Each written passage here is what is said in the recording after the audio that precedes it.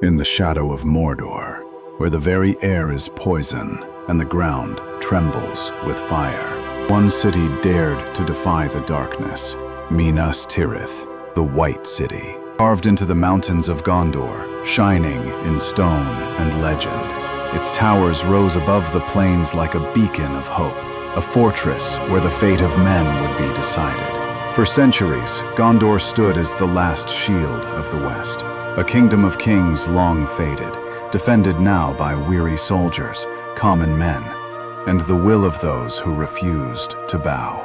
But Mordor was rising. The eye of Sauron had turned its gaze upon the White City. From the Black Land came a tide of steel and flame, orcs without number, trolls that shook the earth, siege towers that blotted out the sun. The drums of Mordor thundered, the ground shook, and the armies of the Dark Lord marched to break the last defense of men. Yet within those walls, there was no surrender, no retreat, only courage. For Gondor would not fall in silence. Upon the walls stood men of every station, farmers, soldiers, captains, each ready to give their lives. Behind them, banners of white and silver snapped in the wind, as if daring the storm to strike. The gates of Minas Tirith groaned under fire and iron. Flames rained from the sky. Still, they held. Arrows flew, shields shattered. Brothers fought shoulder to shoulder as the enemy swarmed the walls. Every stone of the White City burned with defiance. But when hope seemed all but lost, a cry rose from the hills. Rohan had come.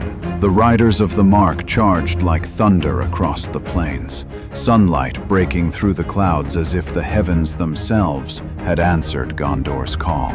Steel clashed, spears shattered. The ground shook as light and shadow collided in a storm of fire and blood. This was no ordinary siege. This was the day when courage rose against despair, when hope stood against annihilation. The Siege of Minas Tirith was not just a battle, it was the birth of legend. For on these walls men chose to fight, though all seemed lost. And in that choice, they became more than soldiers. They became eternal. The White City still whispers their names. When darkness comes again, will yours be among them?